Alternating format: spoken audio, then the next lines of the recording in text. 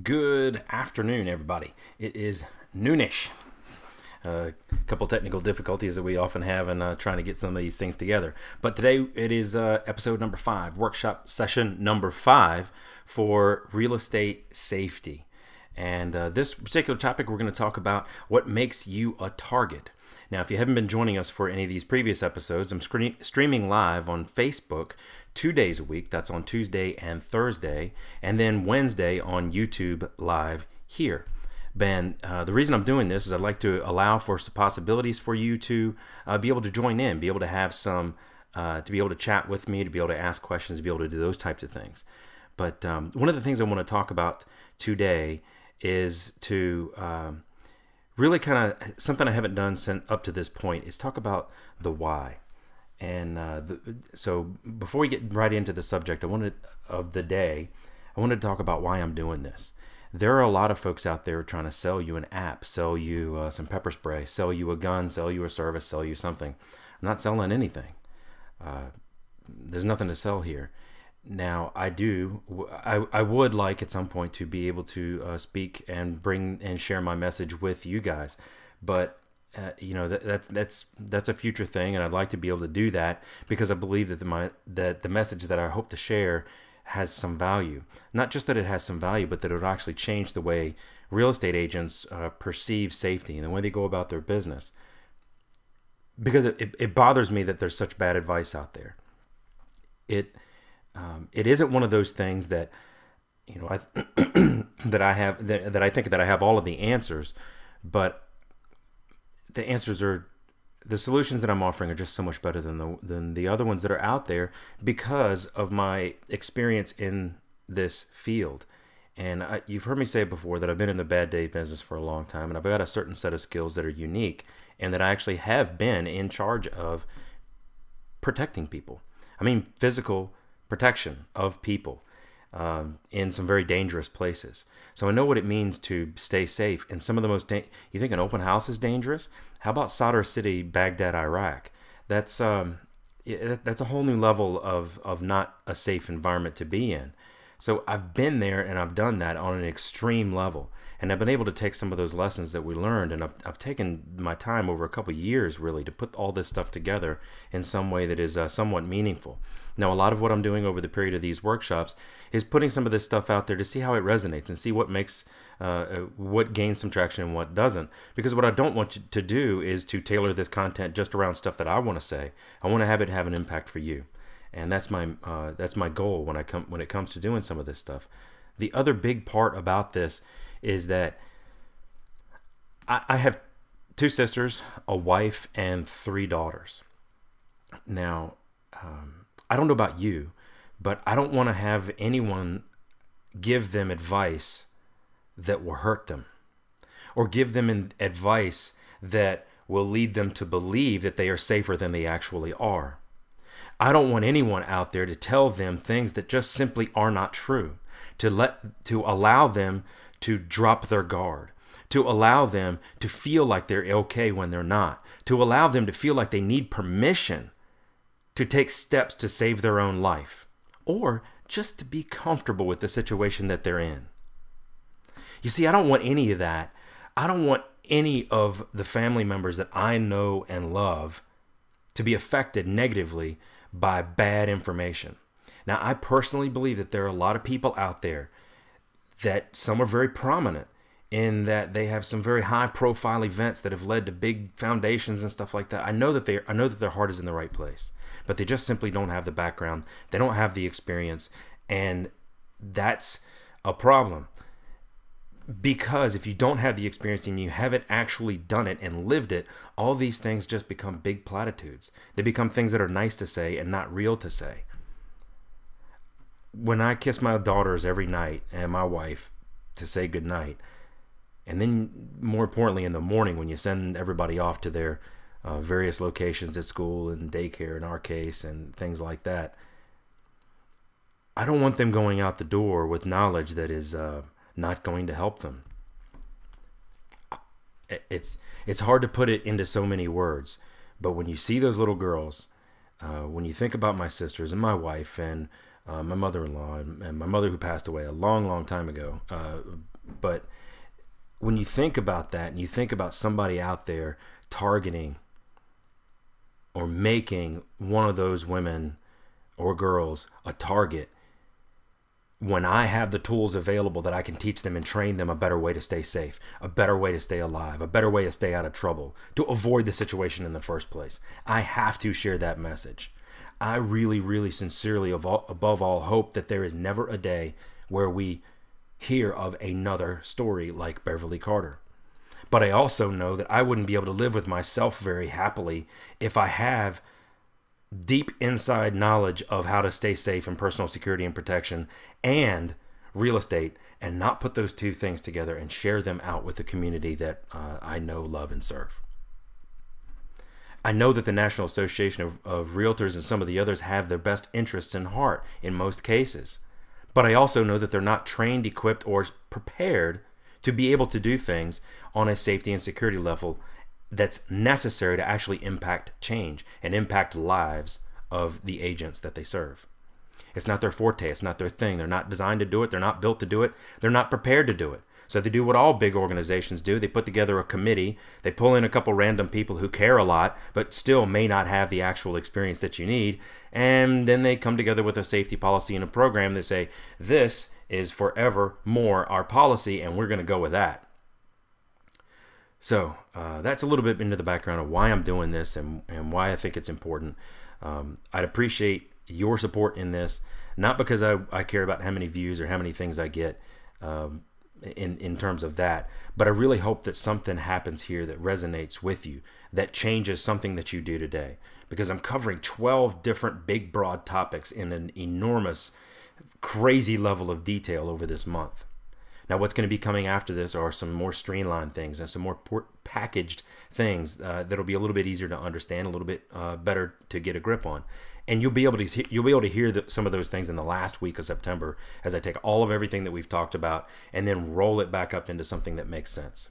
And then from there, we'll see some things that are coming out on this backside. Real simple strategies, simple tips, simple things that you can do every day that make yourself a little bit safer.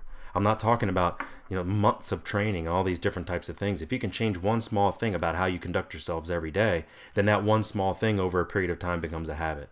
And once it becomes a habit, it becomes part of your life and you can start working on something else. What I'm not going to tell you is what you need to do out there is learn karate, carry a gun, do all these different things that aren't normally part of your business practices today, because I know even if you try them all, even if you do every single one of them, 3 days from now, 3 weeks from now, 3 months from now, whenever that is, you're going to start to scale back and you're going to start to stop doing some of those things. So rather than do that, I'm just hoping to change your mind, because this is the most important weapon that you have. The most important tool that you have is this big 8-9 pound ball of mush that's between your ears. That's far more important than anything that's in your pocket. It's far more important than anything that you carry with you. It's far more important when you bring another person with you, not just as another body, but another person who understands and knows how to use that big lump of mush between their ears, so the two of you complement each other. It brings two sets of eyes, two sets of ears, two different skill sets of different types of people to make you even more safe. There's strength in the herd, there's strength in the pack. But as they say, the strength of the wolf is in the pack, but the strength of the pack is in the wolf. The weak links don't help. As a matter of fact, they can hurt you. So, without further ado, and I apologize for a little bit of a jump off there, but I've gotten some feedback here and from some other locations about why I'm doing this, and some people have said some disturbing things, because most people won't say things directly to me, and that's okay. I get that. But most people won't directly comment to me and directly say that, hey, I think you're coming off too hard. I think you're coming off too rough, or it looks like you're selling something or something along. I don't know, but I keep getting that a lot. And well, we're gonna roll on. So today, what we're talking about is what makes you a target. That's the main point of today's topic. And what I mean by that is not what you hear in the news and in the headlines, because that stuff's not true. You hear, going back to the Beverly Carter case, about, she was picked because she was a rich broker. That's what that bad guy said, right? He said that as he was getting stuffed into the back of that cop car. Well, that's what he wanted you to believe. Let me make one thing very abundantly clear about that particular bad guy and pretty much all others. They will say and do anything in order to get themselves off, or to make you believe their story so that they get a lesser sentence, get off, get free, not guilty, all those types of things. They will say and do anything. That comes from the first moment in time where you meet with them, all the way up through to the court proceedings and the sentencing hearings. They will say and do anything. So in this case, the bad guy knew that if I say something like, hey, she was a rich broker, that everybody would go, oh my goodness, oh, we have to go out and, oh, you know, you can't wear flashy jewelry, you can't do these big glamour shots, you can't do these things, you can't wear nice clothes, you can't do this, you can't drive a nice car, you can't do all these things. And then on the other side, that's on the safety side of the house, but on the other side, on the business and the marketing, the generating business, they say dress for success. Make sure that you put yourself out there. Look your best. Look a professional. Know the part. Look successful. So how do you as an agent or any human being, any rational human being, how do you balance these two things out? And that is an incredibly difficult thing to do for anybody, much less a real estate agent who is trying to earn a business or earn a living and stay safe at the same time. So what really made Beverly Carter, or anyone for that matter, a victim? What makes them a target? What makes them a victim? Well, you can be a target and not be a victim. And you can be a victim, not necessarily targeted, but that's a much more rare situation. So what do I mean by that? You can be targeted in that the bad guys in these situations are not opportunists. They are not guys that are standing out by the bus station or by the subway station waiting for someone to walk by who's not really paying attention and holding their purse or their valuables or their shopping bags loosely so they can walk by and snatch it. That is not what the bad guys are like. It's a completely different element of criminals. The bad guys in the real estate situation, all the situations that we talked about, whether it's open houses, whether it's buying appointments, listing appointments, all of those different things. Well, no matter what it is on that front, it's always about targeting. They're looking, the bad guys in these situations are looking for a specific set of things that make them believe one of two things. There's two things they care about. Two, and two alone. There's lots of studies out there and all this criminology and criminal justice and all this kind of stuff. And they say there's two or three different things. You can go look those up on Google or do whatever you want to do. But I think there's really just two. That the two things are, do you have something that the bad guy wants? And can they get it and get away with it? Because if you take away either one of those two possibilities, then you do not become a target. You are not a target if you don't have something that they want and if they don't believe that they can get it from you and get away with it. So, I mean, if you want to say that get away with it thing is the third piece, that's fine. But, that's not how some of the other criminal studies talk about it. And I'm not saying I've got the patent on what bad guys are, but I'm trying to help you understand that the criminal mind works very simplistically when it comes to certain things. We talked about that when it comes to violence. We talked about the idea that once the bad guy has found something that you have that they want and they believe that they can get it and get away with it, the steps that they are willing to take to get it are few. They don't have these long, complicated, they're not going to go with you down this long, meandering path of you batting them around like a cat playing with a half-dead mouse. That's not really what happens. Once they see an opportunity, at that point they become opportunists, once they've already targeted you. But at that point they see an opportunity, then that's when they strike. When you have your back turned, when you have your guard let down, or some other type of thing like that. But in order to be a target, you have to have something that the bad guy wants, and they have to believe that they can get it and then get away with it. Because why would they want to go back to jail? Now, I'm sure there are some of those guys out there who may have some form of a weird wish that goes with them. But regardless, that first part holds true in that you have something that they want, and they believe they can get it. So if you want to split that one off into three, I'm fine with that. The idea that you are targeted because you're a rich broker is a fallacy. There's something else to it. It's not about being in real estate. It's not about the appearance of money. It has to go with that other idea that they believe that they can get the money from you. Now, a lot of people realize that the real estate industry has a lot of people who are over leveraged. They've maxed out their credit cards and they've got these big car loans and things like that. So in a lot of cases, a lot of bad guys are realizing that maybe it's over leveraged. Maybe I'm going to get a credit card and I'm only going to get a couple $100s until they cut the thing off, and then that's going to be about the extent of it. Maybe that's the case. But really what happens is the bad guy believes that you have something that they want, and it's not just money. Sometimes it's power. Sometimes they're violent for the sake of violence.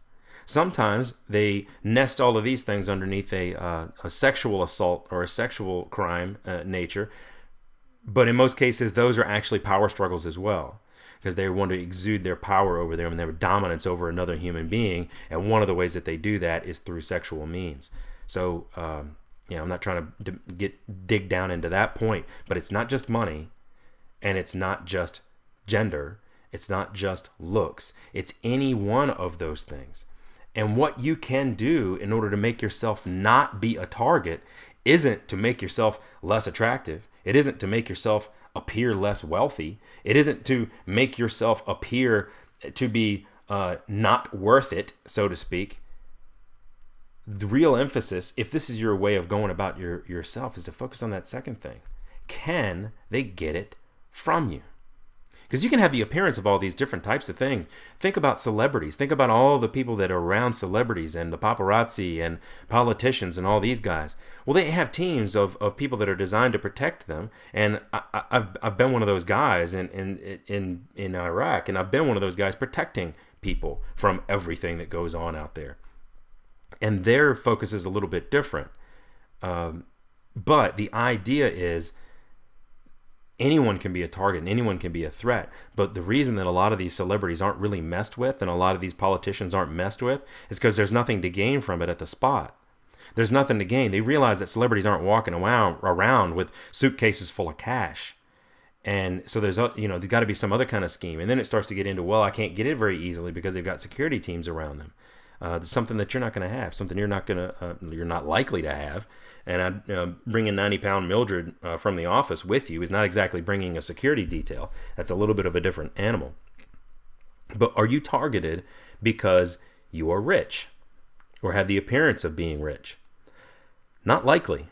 Now, there has to be an idea that the bad guy thinks that they can get money from you, that you have enough and that they can get money from you, if that is in fact the case with the extortion things. But there aren't a lot of cases about that.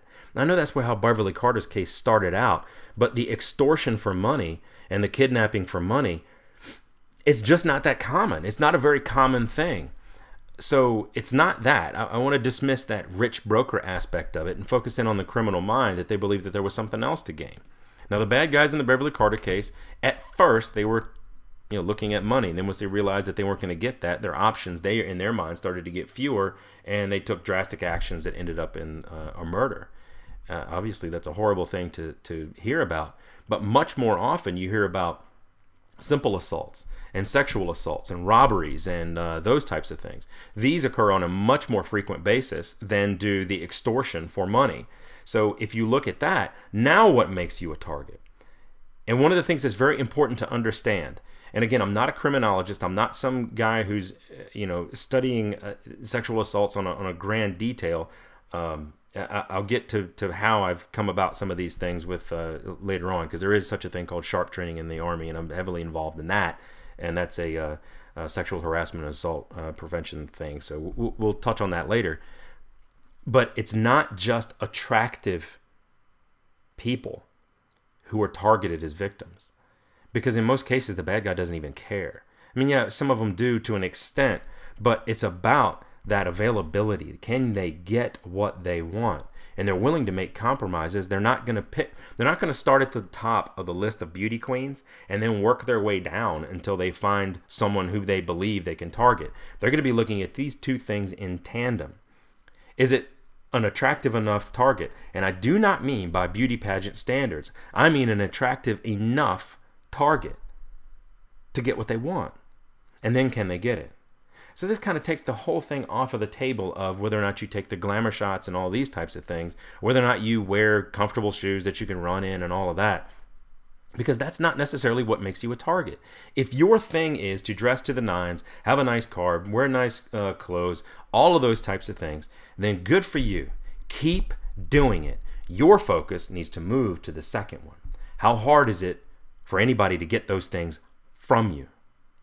If you just kind of feel a little bit uncomfortable about, dressing to the nines, and you don't want to be flashy and do all those types of things, then that is where your focus should be.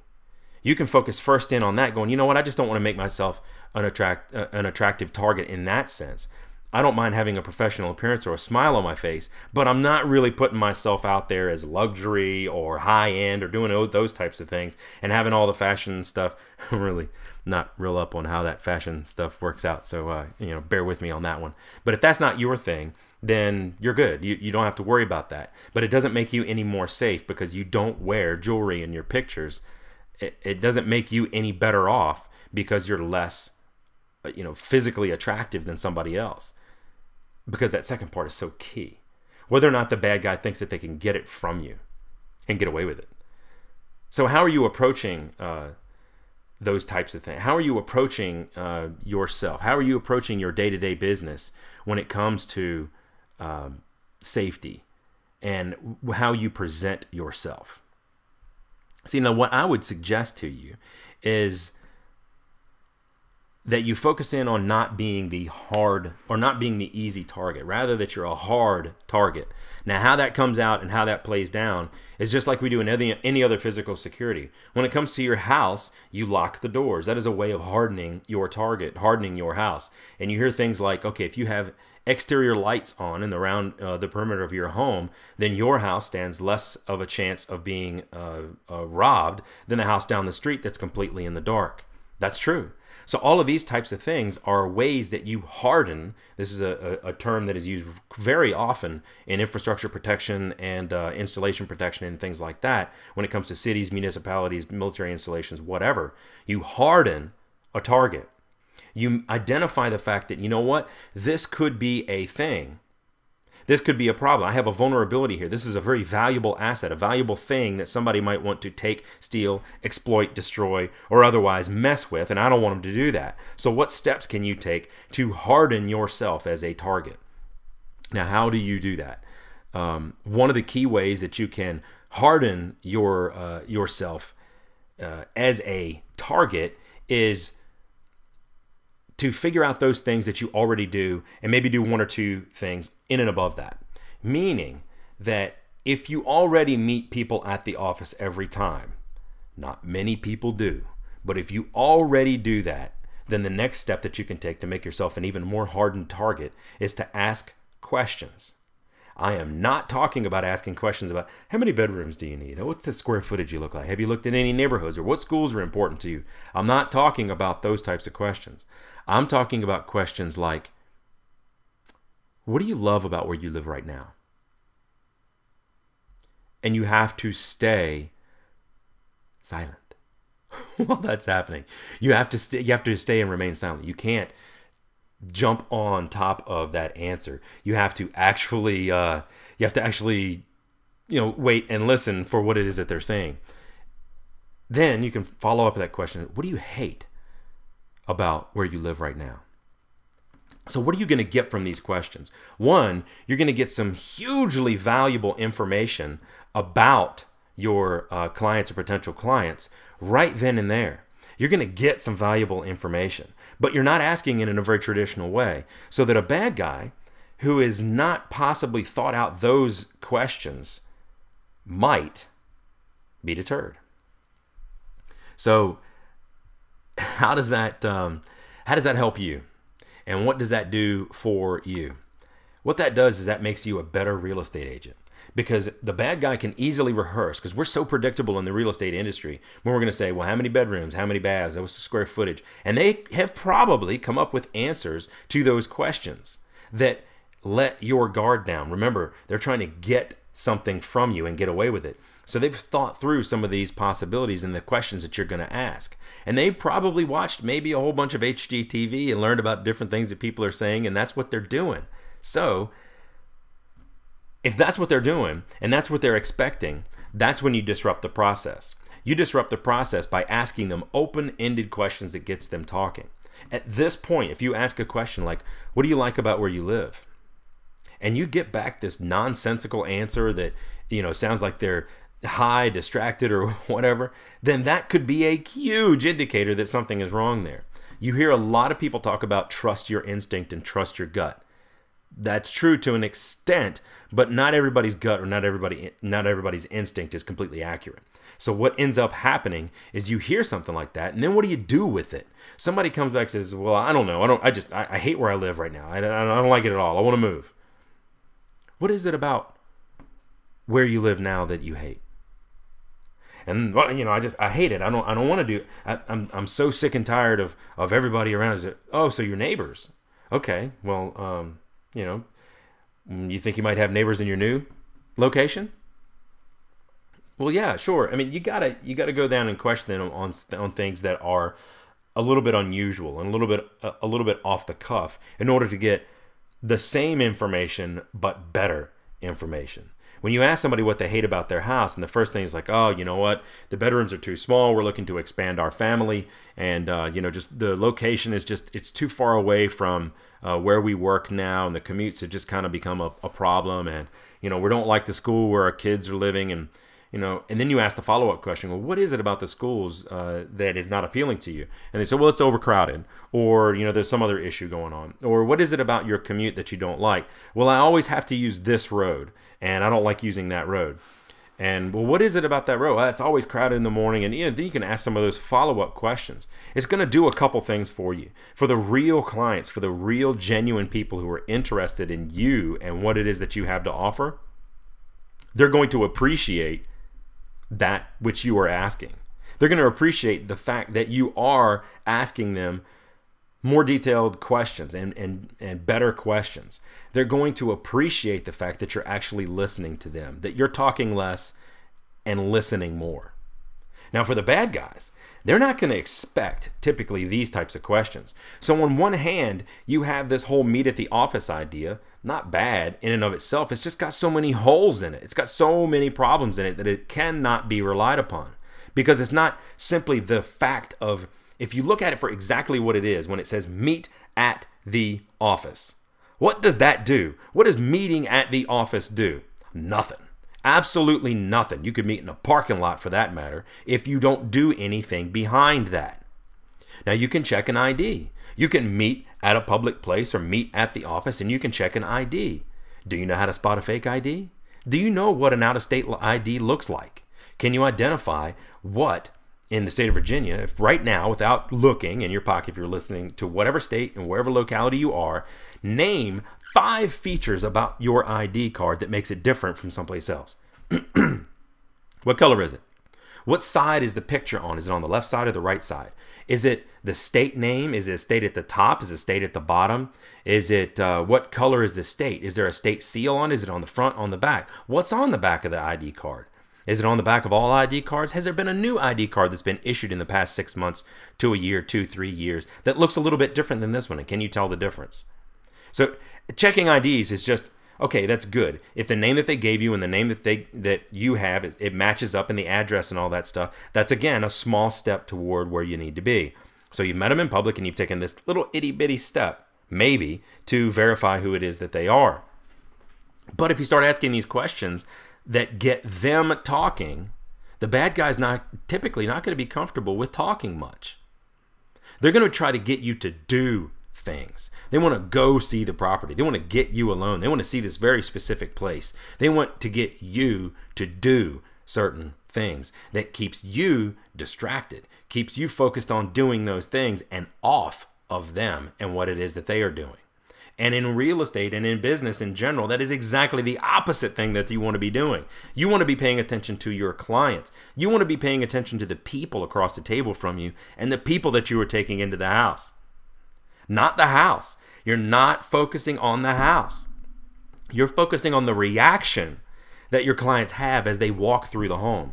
How do they react when you walk into the kitchen? Where do their eyes go? What are they doing? Are they very involved with certain things? Are they looking in drawers? Are they doing other kinds of things? Or it just look like they're just walking through to be walking through? They look distracted as if their mind is someplace else. Now, if their mind is someplace else, maybe it is. Maybe legitimately they have distractions in their mind. And then at that point, you say, look, maybe today's not the best day. You seem very distracted. So I'm going to meet you outside.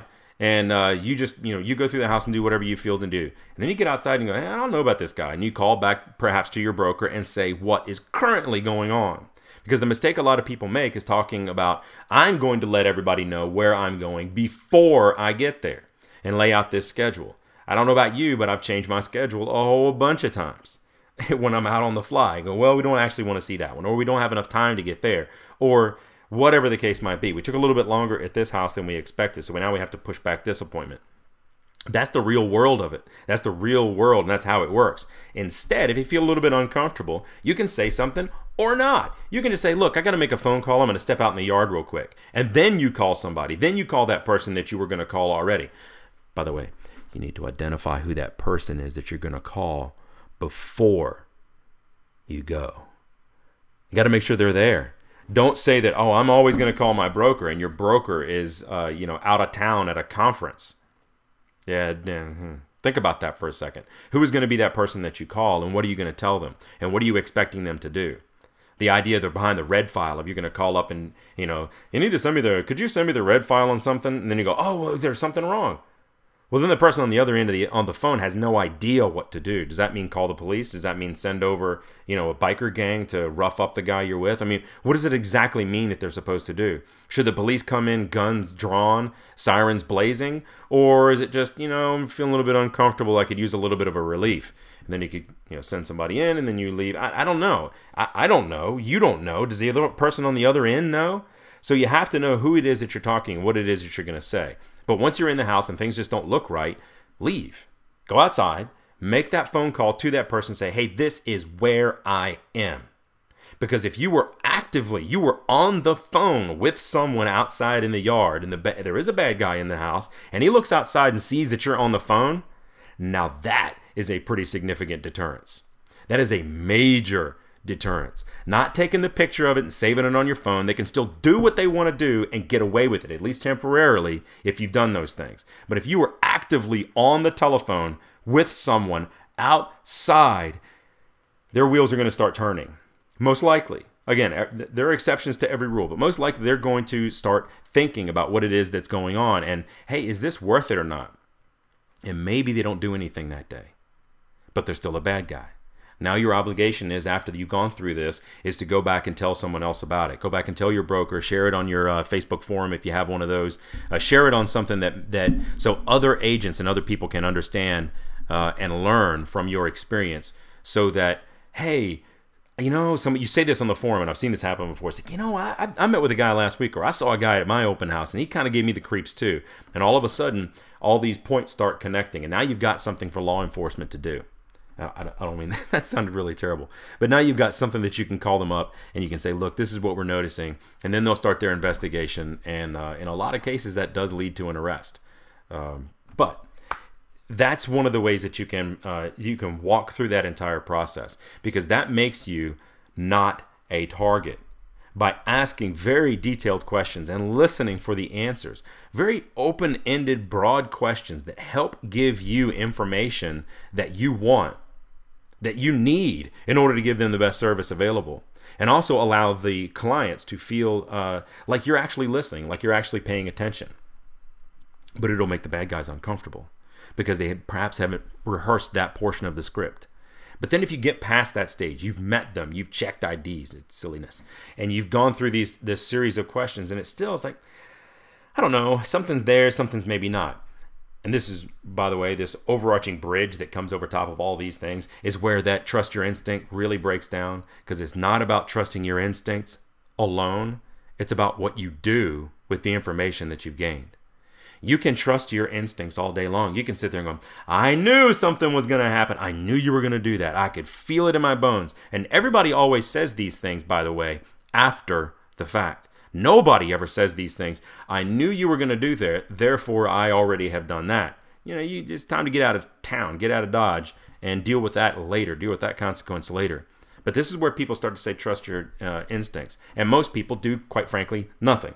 Or they bury it. They bury it down deep inside and go, maybe it can't happen to me. It's not going to be me. That stuff we talked about yesterday, about denial and overconfidence and arrogance, even about can't happen to me. I'm safe. By the way, I have a gun in my pocket. So we've already met at a Starbucks. We've already checked IDs. I've asked them 3 or 4 different questions, and now they still seem a little bit shady, but I'm going to have my hand on my gun the entire time. What? I mean, I've seen these. There was an article recently on Inman News where the agent was like, well, I knew something was wrong, so I had my phone in my pocket with 911 already dialed in. I'm restraining myself because I want to say some really colorful words right now, but are you out of your mind? Are you out of your mind? If one of my daughters or my wife or my sisters or anybody else that I care about came to me and said, look, I was so scared, I was so concerned for my own personal safety that I had my phone in my hand and 911 ready to dial, ready to hit send, but I stayed there. Are you kidding me? Get out. If you think that 911 is an option on the menu of who you're meeting with and why you're meeting with them, you have got to go. That is not a place for you. There is no reason to be mano a mano, belly to belly, chest to chest with somebody who makes you feel like you might need to dial 911. Are you kidding? Okay. Anyway, and that really leads up. That's where all those safety apps fall in my book. If you already feel that you have to have your finger on the trigger ready to go for some panic alarm, things aren't going well. Things are not going well. And you're like, well, I have pepper spray. Okay, congratulations. Have you used it? I mean, like, really used it? Have you used it in a windy environment, outside? Have you used it in close quarters? I mean, a lot of houses out there aren't particularly big, and I bet, here's a challenge for you. When you're out there showing property, guesstimate about how far away you are from somebody. I'm not trying to figure out, how many feet or something like that. Not everybody's a very good judge of distance. Everybody says 10 feet for everything. But if you think a typical bedroom, 10 by 12 or 10 by 10, 12 by 12, whatever. I mean, those are kind of smallish. But if that's the distance that you are entirely from one wall of another to a bedroom, that's about 10 feet. So these pepper sprays and these things like that are designed to spray 10, 15 feet, potentially have some pretty significant backsplash and spray that could come back on you. Do you know that? Have you tried it? Have you tested it? And by the way, don't test it without wearing proper safety gear. Get one of those face shields from Home Depot if you feel like it. So I'm telling you, you do not want to get pepper spray in your eyes. The bad guy in these cases, a lot of cases, the one who truly has their heart intent on violence may be able to take a little bit of pepper spray. How many times have you seen on the news or on the TV, on YouTube, about bad guys getting tased, getting pepper sprayed, getting shot, and still coming? I don't know. That seems like a fairly unreliable thing. It's way down the list on priorities of things that I would focus in on in order to protect myself and keep myself safe. And there are a lot of people out there that will sell you all kinds of pink stuff.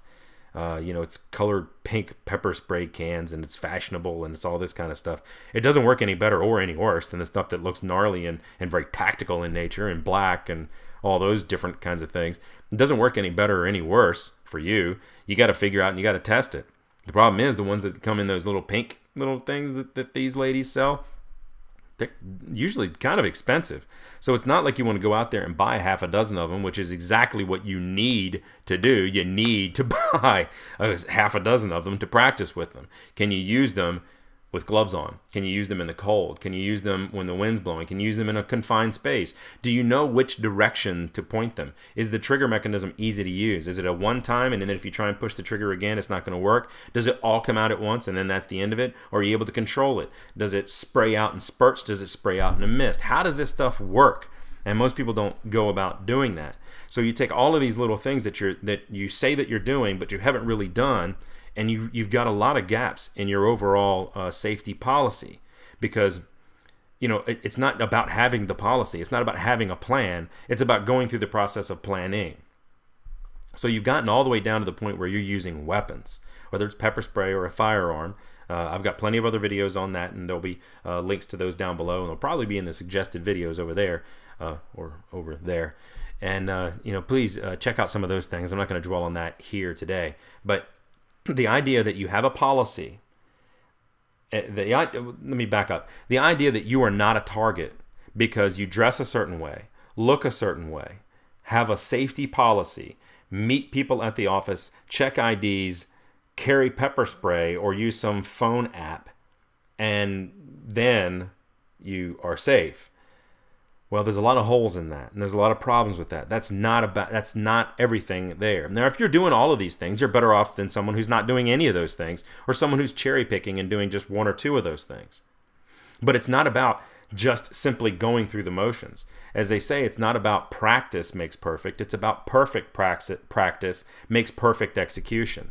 So if it's something that you can't do, if pepper spray is something that you can't use, you can't get to it in the bottom of your purse, you can't pull it out and be able to figure out which direction is which and get that little safety cap off and deploy it, whether it's like this or whether it's like that. How do you know? Have you used it? If you can't do that in an instant, within a few seconds, I'm not talking 30 seconds, I'm talking less than 10. Can you do that in 3 seconds, 7 seconds? Can you get that stuff, get it out, get it deployed, and get it sprayed where it needs to be and not have it come back on you? Well, then I think you've got a gap. If you meet people at the office or you meet people in the public place, but you ask them the same old questions. How many houses do you live? What neighborhoods are you looking for? What do you qualify for? Have you talked to a lender yet? All of these different types of things. They're very predictable questions. Now, some of them you need to get answers to, but I can share with you offline if you would like. Hit me up in the comments, and I'll send what I do below, what I do to you. I have a survey. It's a real short survey, 10 to 15 questions long. I do tailor it a little bit depending on who I'm working with, but I send out this real simple buyer questionnaire or seller questionnaire that covers all of those basic items. The stuff that you can't, that when you're in person, these are things that everybody can handle. You can do it on your smartphone. It's just a little Google sheet or a Google form. So you can go in there and you can say, look, I'm looking for this many bedrooms, this many square feet. Here are some towns and some areas that I'm looking at. Here are some things that are important to me. And then I get a little bit of data going in prior to our first meeting. If you're not willing to do those things, then, well, you're not willing to meet me today, because I'm not just going to open up a house because you said, come open up this house. Now, you might be. That might be your business model that says that you are the most reactive, you are quick on the trigger, and you are the one that jumps up and goes out and does the thing. Great. That's wonderful. But because you've decided to make that part of your basic business practice, you have to really emphasize some of the other areas that are farther down the chain when it comes to your own safety procedures. And let me change that word, your own safety guidelines, because there's no such thing as a procedure, because we're dealing with other human beings. You can't just say, well, when this happens, that happens. And when this happens, I say and do that, and it works every time. That's not how human beings work. It's not how animals work. It's not how any of that stuff works. That's that silly commercial. That's not how any of this works, but it's true in that sense. So what you need to focus in on, if that's your business model, to be the Johnny on the spot, quick on the trigger, then you have other areas that you need to focus in on. If you're really, really good at pre-screening clients, maybe most of your business comes from referrals, well, then you need to focus in on some of the other areas to that, because you're getting referrals from other people that you perhaps know, or past clients or things like that. Now, you can skip some of those because you'll have some commonality and you'll be able to ask. But now your procedure, maybe instead of talking with them directly first, which is a good idea, but that you should do is go back and talk to the person who's referring them to you. And just say, hey, look, I'm touching base. I can't thank you enough for sending me this referral or having me the opportunity to help these folks. So tell me, what do you know about them? Don't say anything else until you kind of get some answers. I mean, you're not trying to create some wow gotcha moment, but you might find out this, you don't know, it's this guy I kind of know at work, and then you find out that they don't really know him all that well, and then you can thank them profusely for sending you a referral, but now you have to change how you approach that referral. Because if it came to, oh, they're some of my best friends, our kids play together, we have we do all these different things together, and this is this is what we do, and I know them well. Oh, okay. Well, that kind of changes things. You still should go through a guideline. You still should have your guidelines and go through a fairly standard set of procedures as you go down the line, but it changes your approach right from the beginning, knowing who that person is. Now, some of the other prominent guys out there that are doing lots of different things, they talk about that, and they say that one of the first things that you need to do is absolutely know who it is that you're dealing with and who it is that you're meeting with. And the way that you get that type of information, by the way, I completely agree with that. I just disagree with the methodology and the systems and the processes that they're using to get you that answer. It's not going to come by checking an ID. Sure, you can do a Google search and things like that, but that has its own limitations. Here in the Northern Virginia area, we have a lot of government workers, many with security clearances. And you're not going to find a very high-profile social media presence and an online presence with a lot of these folks. Law enforcement officers typically don't have a very big following. Now, it's going to be fairly easy to figure out whether or not somebody's a law enforcement officer, because they'll be able to show you those credentials and you'll be able to check up on that really easily. But if someone comes and tells you, hey, I'm a government worker and I don't have all these profiles because, I've got a security clearance and, I don't do Facebook because of the vulnerabilities for me and my family, and it's too much of a threat, too much of a risk. Okay, great. So tell me something else about yourself. Tell me something, why should I work with you? And that's what you're trying to say without saying that. But you're trying to get to the bottom of what it is that they need and trying to figure out if it's the right match. Because if it's not, maybe you refer that to somebody else, or maybe say, look, I don't know that now is the right time for this or for you, and I'm just not comfortable meeting with you right now because there are just some gaps. So for my own personal safety and security, I think we need to talk a little bit more, and I need to understand a little bit more where you're coming from. And I can send you some things, and we can talk about some different things. But I'm going to ask you a lot of questions because I understand where it is that you're coming from, but from my own standpoint, someone who's basically anonymous and really hard to find any information on and purposely being secretive, well, you could be exactly who you say you are, or you could be somebody that means me harm. And I hope you understand that. And by the way, anybody who actually does have a security clearance will actually understand that. Because if they do have a security clearance, for one, they have been entrusted by the United States government to maintain that level of trust that they can be trusted with certain secrets and certain things, and trusted with maintaining that information. So if they do actually have a security clearance, they'll be okay with that because they don't want to violate that any more than, they understand going, you know what, I do this on purpose. So I get it. And they're not going to want to do anything to jeopardize that security clearance. Excuse me.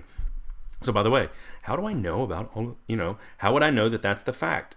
Well, I have a security clearance. I still maintain a security clearance because of stuff that I do related to the national security safety stuff. It's what I do, folks. I have a security clearance, and I know a lot of people that do. Many of them have almost no social profiles whatsoever. And many of them have zero. No Facebook, no Twitter, no nothing. Nothing. They have an email, and they barely check it because everything goes into their .mil.gov account. I'm telling you, that's real. Now, it's going to be very hard on the surface to be able to tell the difference between someone like that and someone who isn't like that.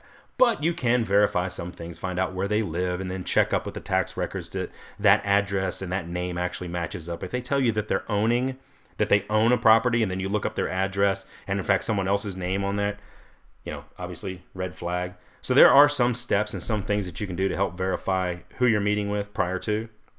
But they all require a good bit of legwork, and a lot of people aren't willing to do that. So in future videos, we're going to talk about some of those different types of things and actual tactical tips that you can use.